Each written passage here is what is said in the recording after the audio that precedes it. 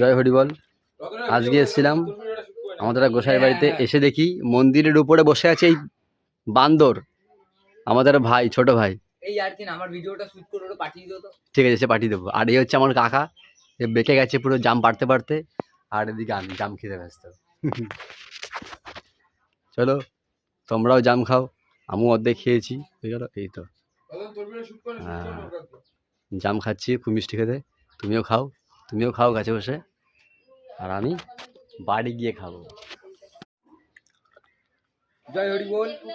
আমি রতন, এখন আমি বাড়িতে আছি, বাড়িতে জাম পাচ্ছি। সন্ধ্যাবেলা অনুষ্ঠানে দেখা হবে। আরে আমাদের আর কাকা, কিছু বলো, বলে দাও, বক্তব্য বলো। সব ক্যামেরা ক্যাপচার হচ্ছে। আর কি বললাম না, আমি তো আমারটা আলাদা করবো। ঠিক আছে।